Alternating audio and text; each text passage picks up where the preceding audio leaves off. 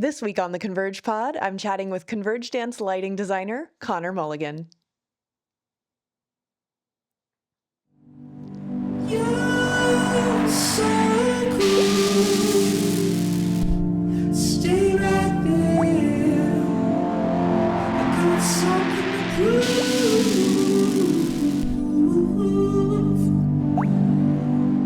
I don't know if you can see it. It's very tiny. I've been painting, so that's a little canvas. Oh, I Uh, love it. yeah, I've been trying to keep the creative juices flowing when not doing lighting work. So, Yeah, I've yeah. been wanting to paint for a while, even back in New York, and trying to paint in a New York apartment was You're like not the thing. Yeah, exactly. those little So, coaster-sized canvases, they don't always cut it. yeah. So I've been enjoying sort of like, I don't know, living my artist fantasy. Yeah, that's so nice. But Yeah. I guess I'll introduce you real quick. Oh, But great. Yeah. I'm sitting down with Conor Mulligan, konverjdans favorite lighting designer, and he's coming back for our third collaboration together, which is so exciting. I think our first was all the way back in 2019 for Converge Yeah. 3, Yeah, right? at the Yeah. Actors Fun Theater, right, in Yeah, Brooklyn? yeah. Yeah. Mhm. I think our listeners might remember the tunnel of light that Connor and Amy created together, which I think to this day is one of the most visually stunning things we've ever brought to the stage. So Oh, I keep we it always in love my Connor. portfolio front and center whenever I can, because We do too. it was one of those moments where I was like, "Oh, cool, a choreographer is, like, willing to sort of place the audience in a slight amount of discomfort for this Mhm. really ethereal, kind of otherworldly experience." So I was really excited to have that kind of, I don't know, trust in the audience to just go Yeah, there.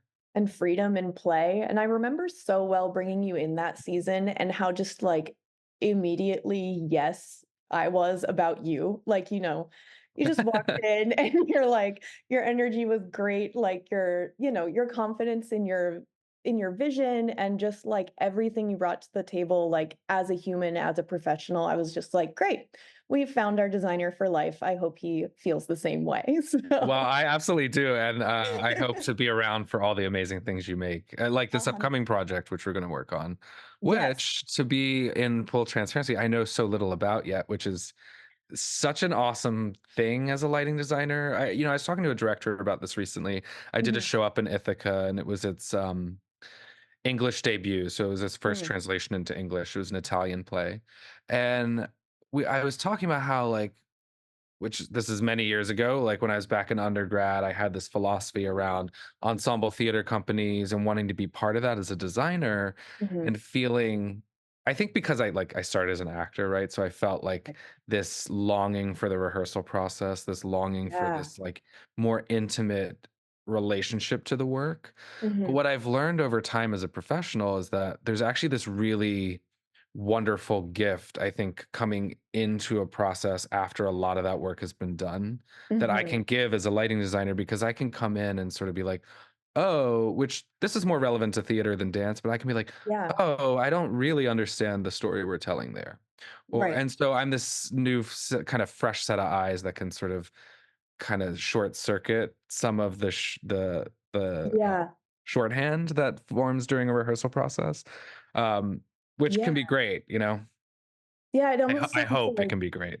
yeah, it almost sounds like the editor at the end of a film process, and I mean, the 3 of us have dabbled in film a little bit, and we tend to edit our own things, but we always talk about how nice it would be to have an editor that's, like, not really emotionally attached to the whole process, and it's a little easier to, like, kill your darlings, where coming in at the end as a lighting designer and you're able to just, like, see the things that, I don't know, are maybe the most relevant or need the most, like, um I don't know, highlighting or the way you present them is very different with Yeah, even I mean, even in the work I do as like the paintings that I've been doing, right? It's Mhm, like I'll do stuff and whatever. I'm not like, I don't paint literal things. It's sort of mhm. just follow my vibe. Yeah. Um, but it's always so fascinating to see what someone looking at it Mhm.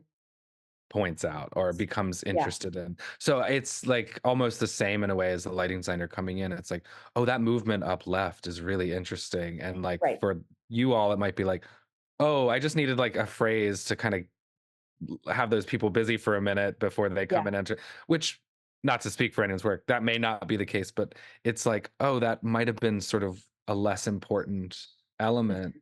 but I'm finding it so interesting because of how I want to visually interact with the choreography in the Yeah. context of lighting, you know? Yeah, I love that, and I think you said it best yourself is just follow your vibe or you're following your vibe, and I've, again, always felt that about you, that you're someone that just lives creatively or lives with this need to create or express yourself, and I feel like it shows up through so many different mediums. I mean, in the first 5 minutes here, you're painting, you were an actor, and you're a lighting designer, so maybe start at the beginning and tell us about how you were drawn to theater or acting.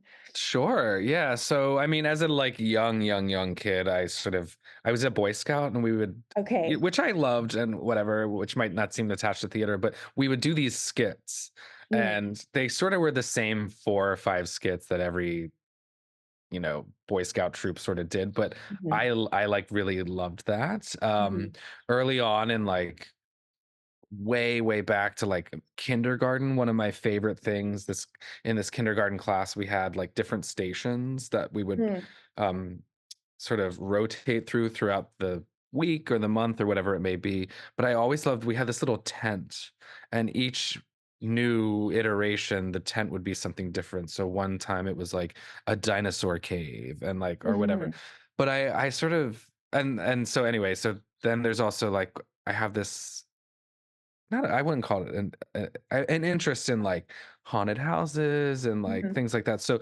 any kind of sort of what I would call like a simulation space, like a space where we have created an environment that wants to feel real but isn't, or wants to mhm, feel like, that has always been something that kind of that a core interest of mine. But in mhm. terms of acting, so I did theater in high school, acted in we did the Scottish play. Can't say, not that I'm in a theater right now, but I Can't say it.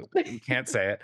And we did The Importance of Being Earnest. We did a production of Puss in Boots, and then, which, so it was like, I acted in high school, which was really fun. So then Mhm, into college, I was the first person in my like in my immediate family to go to college. So I had no idea okay, what I was doing. Just kind of didn't even know you could go to college for theater. So initially, I actually was going to go to college for photography, but then okay. sort of like it just became too much. I was like, ugh, this is just a lot. Yeah. And theater has always been sort of with me. Mhm, So my local community college just started a theater program right when I was graduating high school. So okay. I entered into that, and took acting classes, Yeah, um, and stayed there for a little bit longer than probably one should at a community college. I'd stay there for like 4 years, took a lot of random classes, creative mhm, writing classes. But when I finally finished, I was thinking I'd be a playwright of all mhm. things. And so I, applied to Fordham because I wanted to be in New York. They looked at my playwriting and were like, you haven't really done a whole lot. So, but they did sort of not let me, but accept me into their acting program. But I just didn't really kind of feel right at the time. So I took a year Yeah, off of okay. school, and I started working for the theater that was on the campus of my community college. And it was the first time, I mean, I did a little bit of this in high school, but doesn't really count. But it was the first time I was Yeah, really like doing technical theater work. gotcha. Um, I mean, to correct that, actually, I did work study while I was in college. So I Mhm. did like I painted like flats Like black, sets like and things. Yeah, yeah, low level, yeah. level stuff. Just like Where put they're like, some, "He can't mess this up yet, we'll trust him later." yeah, exactly. But when I took that year off, I actually was giving you the history of my life here. I was Love actually to had hear. gone through the process of becoming a substitute teacher because I was like, I don't know what I'm going to Wow, do for work.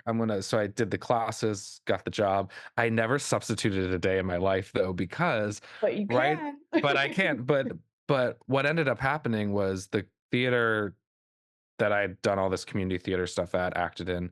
I was like, oh, I'm going off to New York to be in Fordham, and then that didn't happen.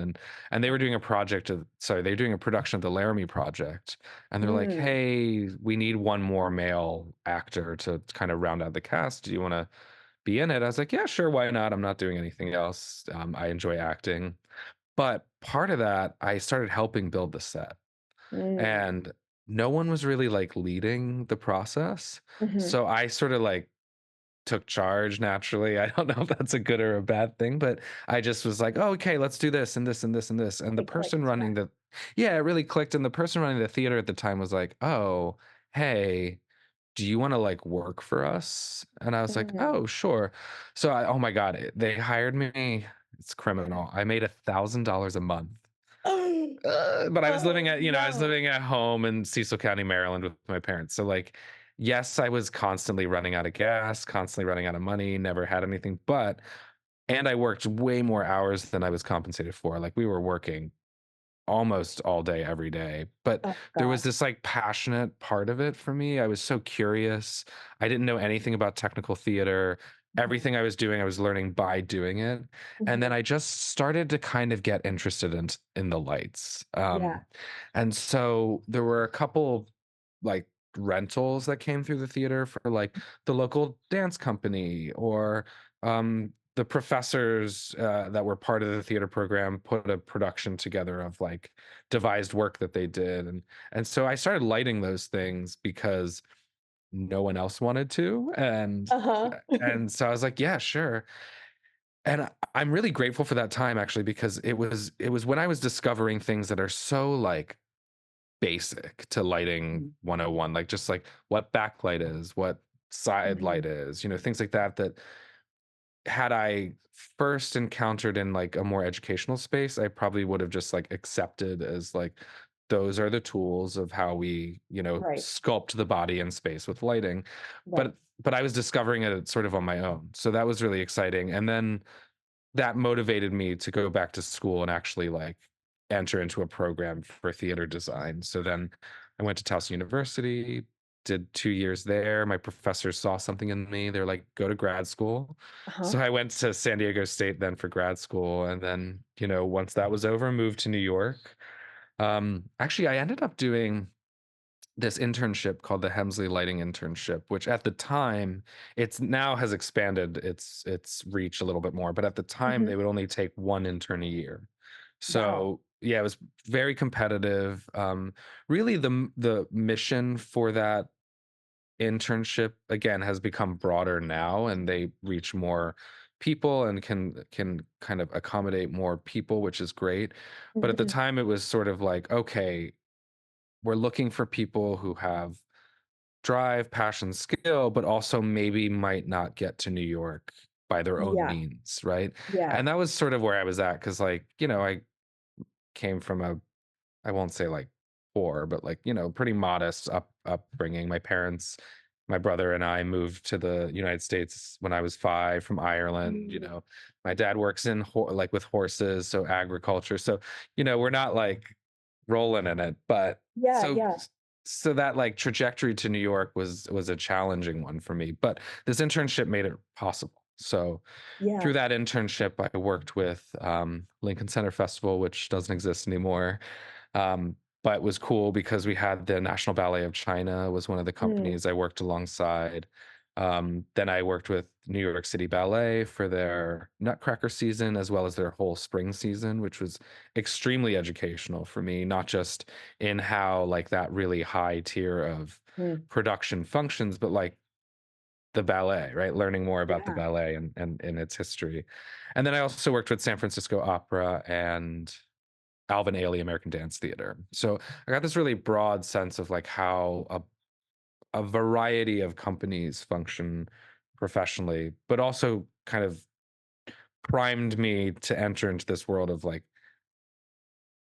repertory dance, but like Mhm. also in working with your company, just like dance in general, which I had been lighting dance, a lot of dance in grad school, very experimentally in a way. But Mhm. um, yeah, so that's sort of how I got to where I am. And then we actually became connected because of that internship, surprisingly enough.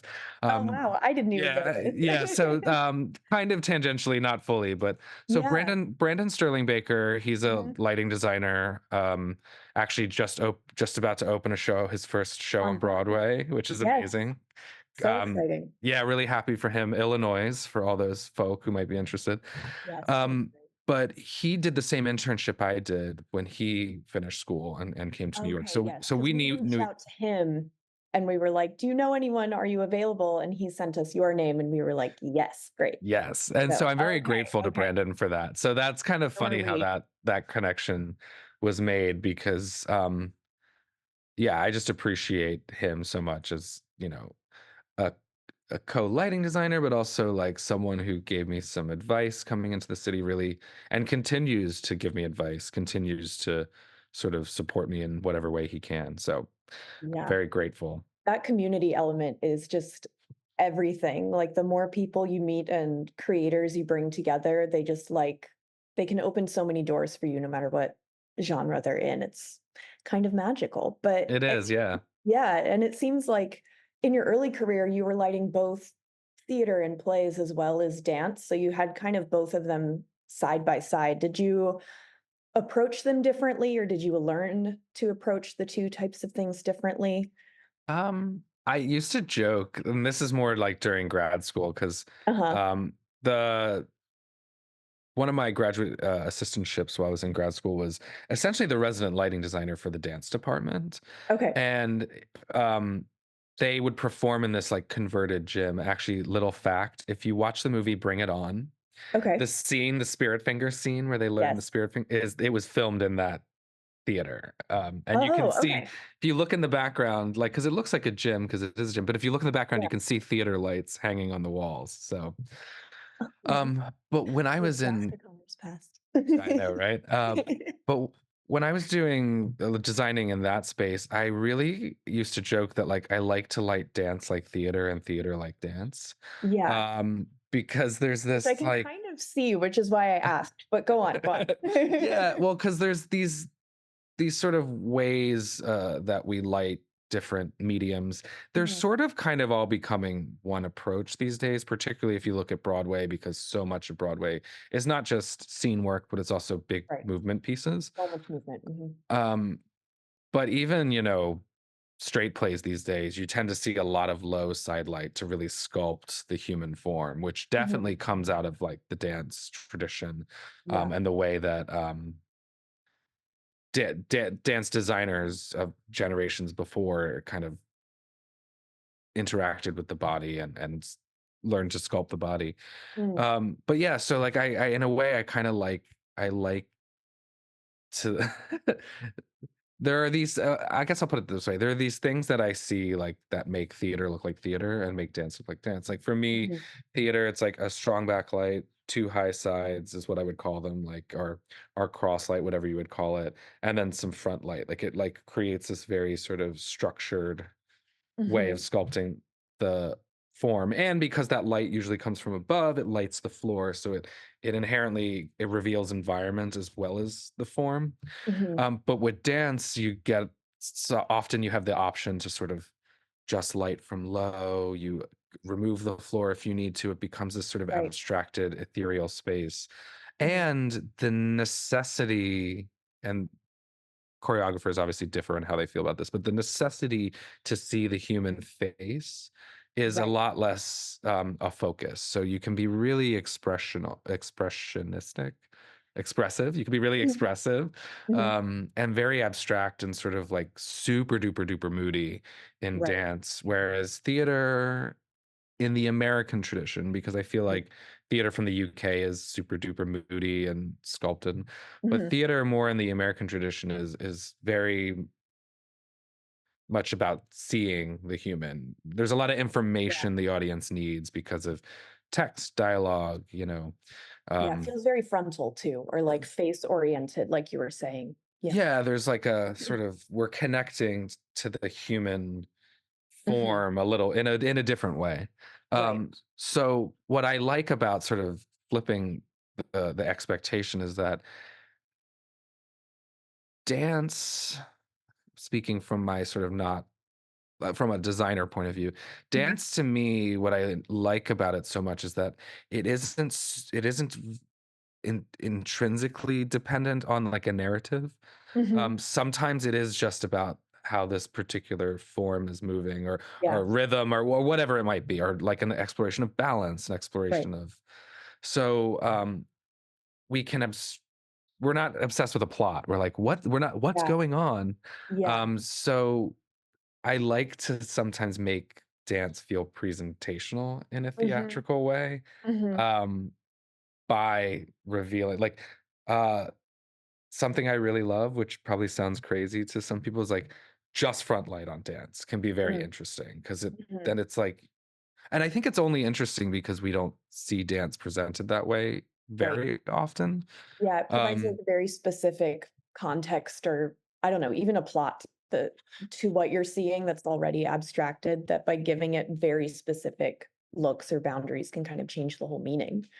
Yeah, because it's like we're sort of asking the audience to interact now in this personal way with the actual Yeah. human creating these shapes, Mhm. which can just feel different than it's just low side light and it's beautiful and it's, Right, and it it's becomes very vulnerable and personal and yeah. intimate. Yeah. So yeah, particularly in grad school, I would like to light pieces that felt like we are looking at something on a stage. Like Yeah. I'm not being super specific with my language, but just like feeling presentational. And then, Mhm. in theater, I really like, probably because I'm partial to that sort of UK aesthetic of like it's just a shaft of light from here and then like they're having a conversation and you Yeah. don't even see that person's face, but you're seeing this person's face, and it Yeah. I think it gives a different relationship to who we're following in a story, who we're Mhm. siding with, who we're Yeah. what our opinions are. Like that piece I did in Ithaca recently, it was done in the round, and it was mostly just two characters in an interview kind of situation. There was a Mm, third character that had monologues in between each scene. And that was pretty evenly lit because it's in the round, right. kind of has to be in a way. But depending on whose back was to me and whose face was to me, I found Yeah. myself sort of having a different relationship with that character than I Mhm. did in the next scene where they would have been turned around in a different way. So, Yeah, it almost becomes cinematic in a way where you're able to, like, I don't know, follow connect the dots in your own way to create a sub story or a subtext to what's going on purely by drawing focus. so Yeah. from an artistic point of view with dance, I don't know if I actually feel like I light it differently than theater. I think the biggest difference is with theater, you have this sort of script thing that you have to Right. interact with. The There are clear given, path. yeah, there are given circumstances. If it's a piece of realism, then Mhm. it's like, what's the time of day? Where is light coming from in terms of Mhm. windows, lamps, those kinds of things. If Mhm. it's more abstracted or even a musical, like musical theater is kind of like a dance light plot on steroids, right? Because it has light from everywhere. You just never know where you're going to need light from, what color you're going to need it to be, because it's just boom, boom, boom, boom, boom. We got to come on, Yeah. people. It's Yeah. Broadway. You know what I mean? Blow It's 'em like you away. got to Just blow them away. blow them away. And, I think the way directors work in a contemporary space is like, and as they should work this way, it's like everything's fluid. Let's like, Yeah. because like nowadays every light can change its color for the Mhm. most part, depending on where you find yourself and in which kind of spaces you might be working in and which resources you have. But Right. so there's this like really like malleable creativity in Mhm. musicals. I feel that same kind of malleable creativity within the dance work that I engage with. Um, and what I like about dance, it's very different from lighting a musical, is that there's usually very little time Mhm. and often a kind of a more of a restriction on resources. There's just sort of Yeah. less money in dance than there is in, not that there's much money in the arts in general, but that's a separate Yeah. conversation. Um, That's a so round it's table that conversation. is around, yeah. So it's dance is so visceral and immediate. Yeah. It's like I may not get to look at this again before we show it to somebody. So just make a Mhm. choice, make it big, and Mhm. make it bold. And then, there's a preparation for that too. It's like if we know we're going to be in a tech rehearsal where we're teching three new pieces, each is a half an hour long, and Mhm. we have one day to do it, then Right. there's the approach might be different. We would meet beforehand, have some conversations, so we have a much more clear understanding of our goals. Yeah. But still, even within that, like the last piece we did, Quento, I had all Mhm. these thoughts about it, and then once we got in the space, it was like, oh, that thought isn't necessary. It Yeah. kind of getting in the way, or ooh, a whole new thought of like, I thought this was blue, but it actually is amber. It feels Mhm. different in the space with the human beings doing the thing in front of you. Yeah. So yeah, so with dance, it just feels like you can do a lot with very little. Like Yeah. sometimes it's one light on. Mhm. And because we're not needing to see everything all the time, you Mhm. can, and it also, gives the choreographer or the dancer like this boundary to kind of interact with. It's like if Yeah. there's one shaft of light on ground and that's it, Mhm. well, being in the darkness is a choice, and then being in the light Right. is a choice. And that's more than just my choice to be made. It's like the artist on stage is kind of having an experience with that choice as well. Yeah, yeah. And And I guess within your process, because we before we were talking about your like from your acting days, your need to be a part of that rehearsal process or the developing of ideas and things like that. Do you find, I don't know, freedom in the restrictions that exist within the dance sphere a little bit? Or is it frustrating? Like in the ideal world, would you be like in the productions brainstorming from the beginning? Or like where do you feel you like to? yeah, I think I like to be. It's funny. In theory, it's like I want to be there from the beginning. I want to world build. I want to do all that stuff. Yeah. But then I find in practice that that can kind of sometimes actually get in the way a little. Like I can Huh. kind of get in the way because I'm trying. I feel like as lighting designers, or maybe just myself as a lighting designer, a lot of the work is like in response to. It's Mhm, very mhm. much a reaction to To the what's, thing that's yeah, growing. Yeah.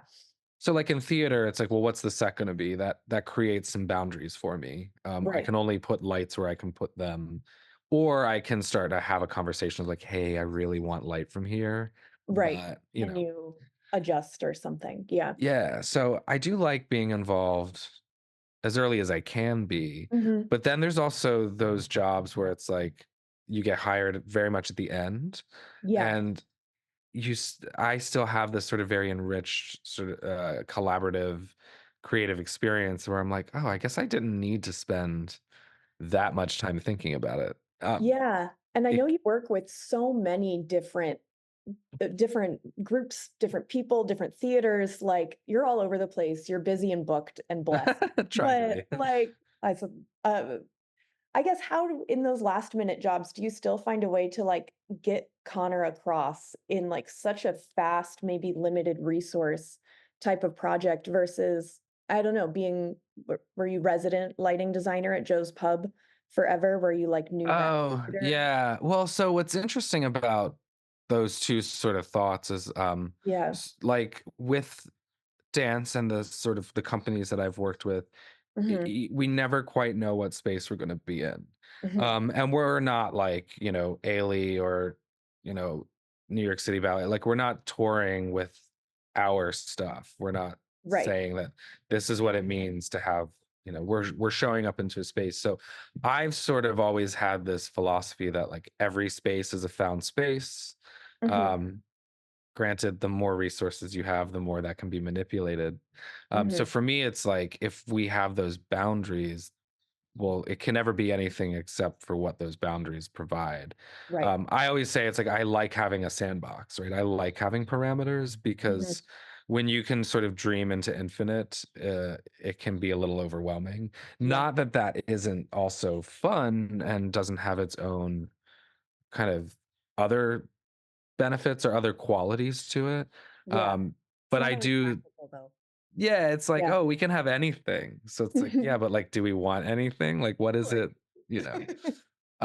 But I also, now I'm being a little critical of myself. I often think like, ooh, if I had the ability to just dream, like, am I creative enough to just want the things that could pop into my mind, or am I the kind of artist that really works well when responding to a boundary or Mm, responding to someone else's contribution, or and because theater and dance, like, all sort of design for these forms is extremely collaborative. It's never happening in a bubble. absolutely. So I appreciate those those boundaries. Mhm. To answer your question about how does Connor come across when designing in a multitude of spaces, it's weird because when I was like first entering into lighting, I would look at like other lighting designers who I looked up to and think like, wow, they have such a clear aesthetic. They have such a Yeah. like clear understanding of what their vibe is or what their Mhm. and and it's like trying to assert that it's like how does an artist do that?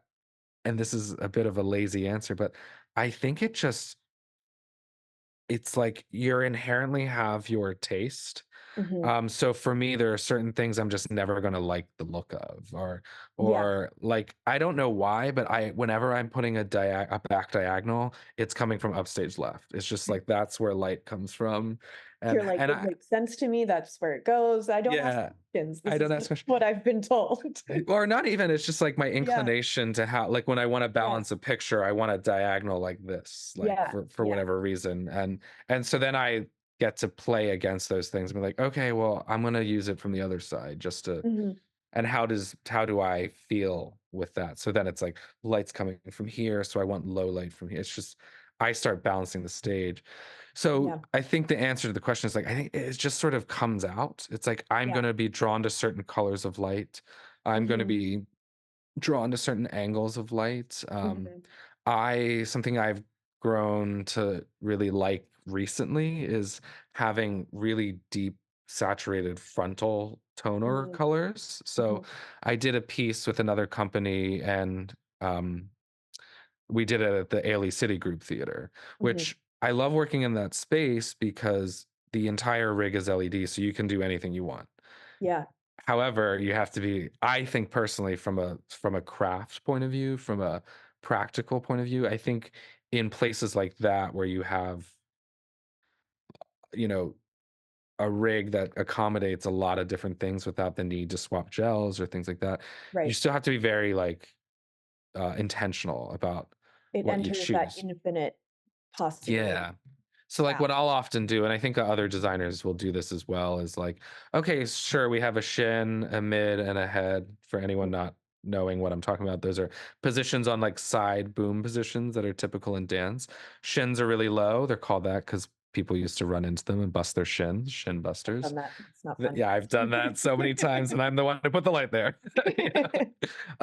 And then you have your mid, which you may have one or two of them, depending on if you need extra colors, and then a head, and Mhm. then other things beyond that. But just thinking about those three lights in a situation like the Ailey City Group Theater, okay, for this dance piece, Mhm. if I think into the future that this dance piece might be performed somewhere else that doesn't have a bunch of LEDs, well, I can't change the shin color every cue. Right. So the shin color is going to be one color. And Mhm. then so I sort of then treat those lights as conventional. And when we talk about conventional fixtures, we just mean like a light with an incandescent lamp that plugs in. All it can do is turn on and off. So if Mhm. you You want to don't change its remove the color, you gels change its gel. manually. Yeah. Yeah. So, you know, in the process of doing repertory dance, for anyone unfamiliar with it, it's like let's say we do piece A, Mhm. and for whatever reason, all the side light wants to be blue. Great. Well, piece B, all the side light wants to be red. So what we'll do in a theater that uses conventional lights, the electricians will come by, they'll swap the gel out. And that's why you usually have like a 2 minute pause between pieces. We're swapping the Mhm. color out. Yeah. So in spaces like Ailey, where the choices are infinite, I still try to treat it in that way to make sure that the integrity of the piece Mhm. can sort of live on in another space without it being overly complicated. Because I have also worked as like a lighting supervisor for things where you'll have, let's say, five different pieces from five different choreographers, from five different lighting designers being presented in a space. Right. And I've had this conversation with lighting designers who are like, well, we designed it at Ailey Group Theater and we had all the LEDs in the world. And so that's why there's 400 different colors. I'm like, We don't have we that. don't have that. So what So can we do to make it what you would like it to be? And, yeah. you know, so I try, but maybe I'm limiting myself here. I try to think about the future of a dance piece. Yeah. Um, and you know, we may decide like, let's say we made a piece together. Mhm. and we are going to do it again at a different theater, we may decide to change it, but that's something we Right, want to decide. right. But we Not be may forced. decide, yeah, we may decide that like, great, we love what it is. So I Mhm. think it's important to sort of um, be aware of those sort of kinds of parameters. Just Yeah. I don't know, just because otherwise, like you'll just make it harder for Mhm. yourself later on. Yeah. You work so much with composition, I suppose, both in painting and photography and design. Do you find your, I don't know, composition preferences or phases kind of permeate all three of those things, or like every medium you work in, or do different things scratch different itches? I think there's a lot. So since I've been out in the country, as Uh-huh. everyone can see, I'm in a garage in the country somewhere. I've spent some time getting back into photography, Mhm. particularly like I set even though it's a digital camera, I set the camera to monochrome because I just want to limit myself to being just looking at like Mhm. brightness, darkness, the quality of light, the angle it's hitting an object from, and not be too distracted by the colors of what are around me. Right. But I find even in those photographs I've been taking, there's similar things that I find aesthetically pleasing when I'm Yeah. lighting something on the stage. Like Mhm. I love backlight.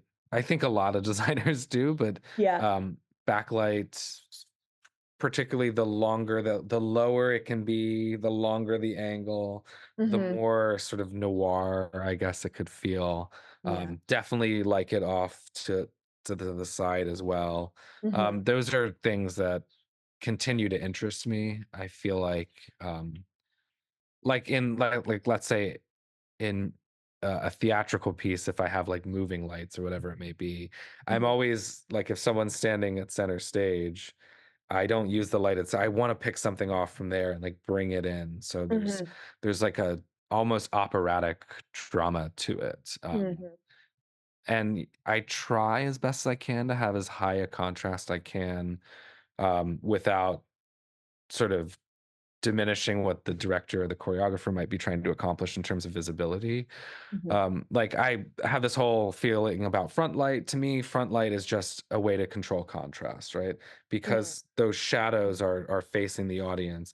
We want to fill them in or not, and how we want to Right. fill them in. Right.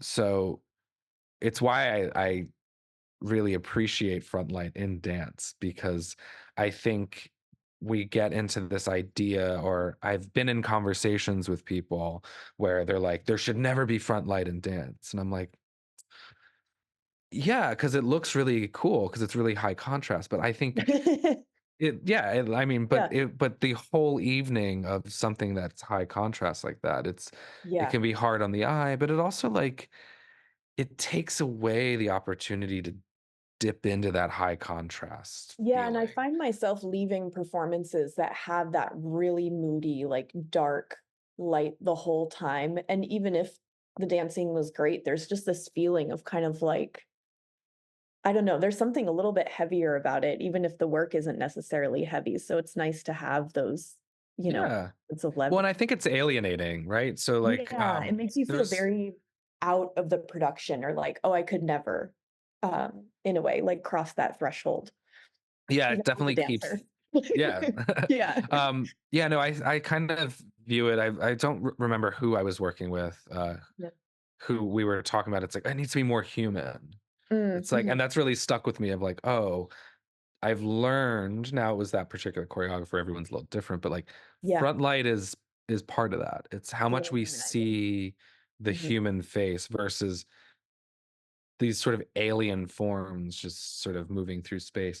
But Yeah, to kind of get back into aesthetics of this idea of like saturated front light, like tonal yeah. front things, not a new idea. People have been doing it forever, particularly in I would say like older light, like Mhm. old school Broadway stuff or old school dance stuff. It's like using deep, rich colors from the front is not a new idea. But for Right. me, for a long time, I just sort of like didn't explore that. I Mhm. just felt like it was I don't know. I don't know what my maybe I just didn't have the tools.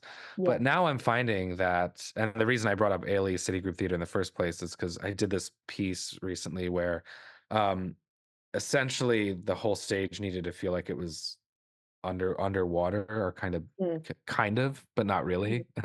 um, but I Alluding love, to. yeah, just like this kind of difference between under the water versus over on the beachy stuff. So Mhm, pumping just deep blue light in from the front, it's like mhm. we don't get the full visuals that like white light would give us, but we're Yeah. not we're not losing what's there either. So then Mhm. when you have the kind of cooler white light coming from the sides, you're still sculpting the body in this really sort of like sculpted way, but dramatic way or beautiful Yeah. way, depending on how you feel about it. But then you're also getting this energy from the front. Mhm. And then as the piece progressed, the color palette got a little warmer, and then that front light kind of went away. And then when we went back to this blue space, I pumped in like really deep magenta from the front. So it's to Mm. me, it becomes this really strange thing of like, well, the stage is blue, but like their Everything. front is Yeah. kind of reddy Mm. pink, and it's like, well, where's that coming from? Like it just feels like you're just toning the shadows, Yeah. which can feel kind of graphic, can feel kind Mm. of Almost like otherworldly, comic book, like yeah. kind of sometimes, yeah. And Yeah. I don't know, that's been a tool that I've found really useful Mhm. recently in what I've been doing. Whenever I can have the lights from the front doing that, you can't always, but it just, I don't know, it adds a layer. Mhm. There's, we talk a lot in lighting about layers of light. Like, you'll have your blue wash, then your templates, and then your Mhm. side light lighting the person, and then tonal front light. It's like all these different layers. Mhm. And particularly in dance, because like as you move through them, you get different Different. shadows from different Yeah. things. And it just becomes a really like there's a lot of dynamic light going on without doing actually all that much. Right.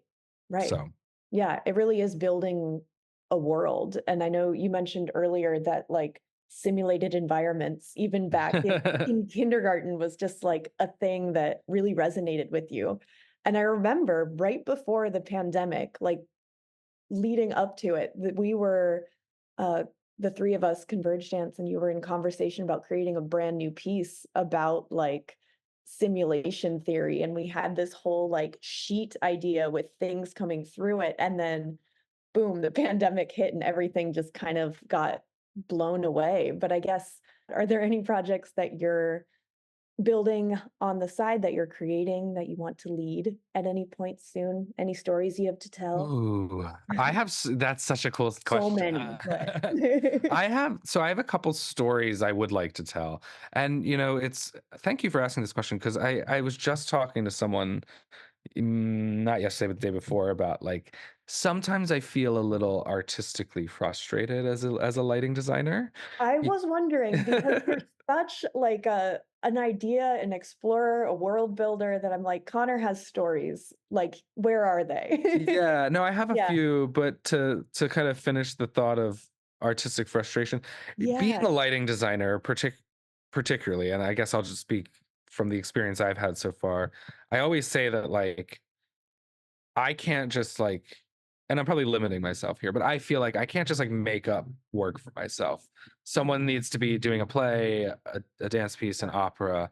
There's got to be a project, and in particular, a director or choreographer who wants to collaborate with me to bring their vision to life. And I've worked with very gracious artists who don't have that much, like they don't have that intense of an ownership over it, so it is very collaborative. So Mhm. I'm appreciative of that. I've been in other situations where it's like, just do the thing I need you to do, and it's like, okay. um Yeah. but so it's kind of why I've been painting lately, and um kind of getting back to writing poetry and getting back to like doing photography, is that I felt sort of like I would like some artistic expression that doesn't require Mm. other permission from someone else, that I can just Mhm. do it myself, and also doesn't require it to be in service of someone else's goals, right? Right. And as a designer, I am always in service to like a greater goal. Mhm. Um, in a multitude of ways, but I think the most obvious is like, what is it the director, choreographer, whoever is what is the story they're trying to tell and how can I help them tell that story. So I'm in service to like the storytelling that needs to happen, but I'm also in service to like physics. Like I always say as a designer, I'm hired to solve a problem, and that problem is we cannot see the play. So how do I solve that Basic problem? level, yeah. Right. And so it's my job to turn the lights on. How I decide to do that is like my artistry, but ultimately at the end of the day, we can't see the thing that's in front of us. Help us do that. Mhm, So, then I feel like where I get a little sort of artistically frustrated is when I have curiosities or mhm, that don't actually service either of those goals. mhm. So they then kind of get tossed away. Like, oh, like I might want to do the lighting in a certain way, and the director's like, no, no, no, no, no. I need all the lights off but a backlight because I want this. I have this vision in my mind. It's like, ugh, I wanted to try that thing. That's Yeah, okay. We'll try it somewhere else. yeah. Um, but in terms of like my own creativity, I've been trying to find outlets that are not so dependent on other Mhm, collaborators. So in terms of stories I want to tell, I have this one. I kind of made a little movie, like a little video. It's on okay. my website. It's a Oh, I watched YouTube. it then. It's the The one yes, I did. Yeah, it's like that ocean Yeah. one. Yeah, so I just had this idea once of there's definitely when I think about it, inspired by my experience of lockdown during 2020. But this just idea of like being in a room that's floating on Mhm, the ocean or a mhm, ocean that's like infinite in all directions and just kind of going through the monotony of the same thing day and day and day and day and day. mhm, So I had that sort of story about, that, which I'm not being very clear with, but that's probably why it took form like a visual form rather than a written mhm, form.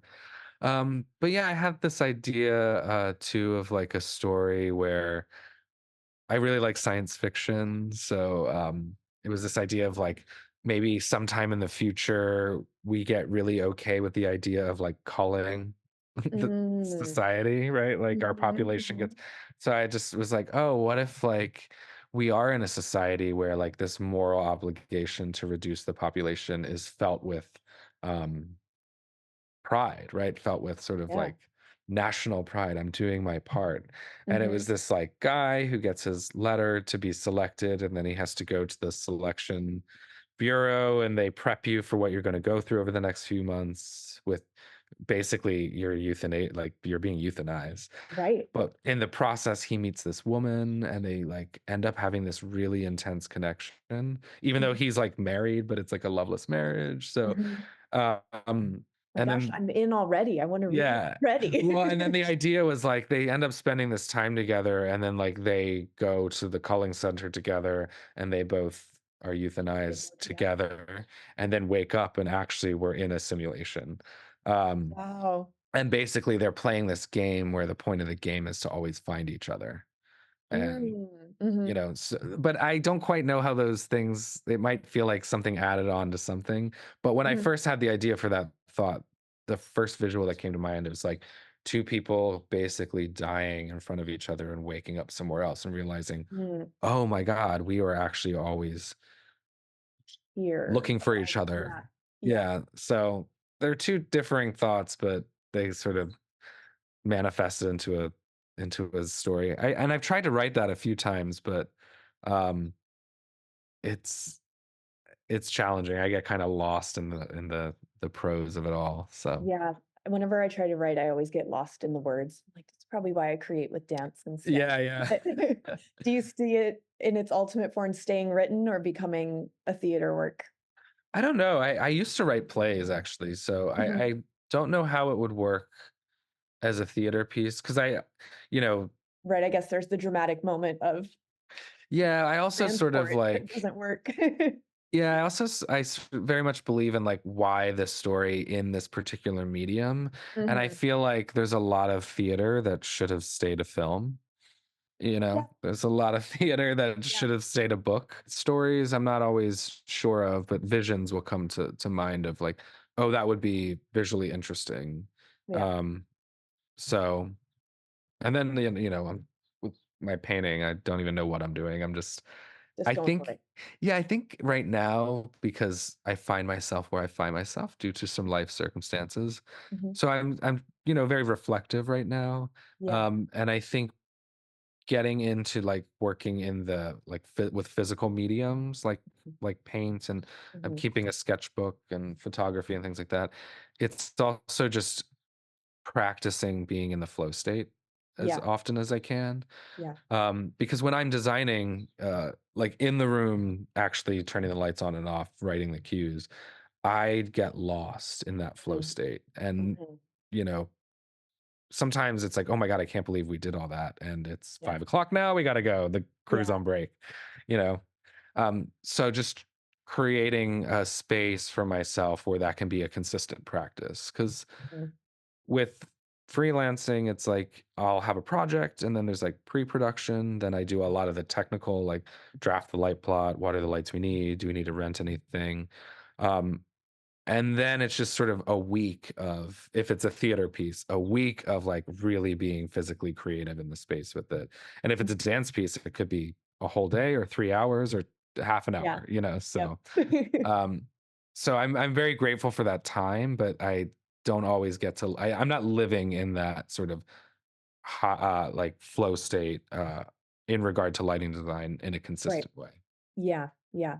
It can be, it also takes practice to get into that state, like you were saying. So it's important to have something outside of the time restraints for our, I don't know, performance projects or our professional things. So you're at least practicing being in that like creative state. So when you need it quickly, it's able to like lock in, sort of. Yeah. And, also it's fun to have paint all over your hands at the end of the day and Yeah, it just, feels good to just touch things sometimes. yeah, It's not so ethereal. Yeah. yeah.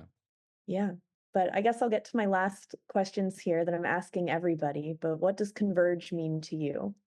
Well, I'm going to sound real hokey here, but to me, it's just like an artistic family. Like, Mm, I feel very much part of the process, mhm, even though, again, we have that kind of working relationship where it's like you all are creating.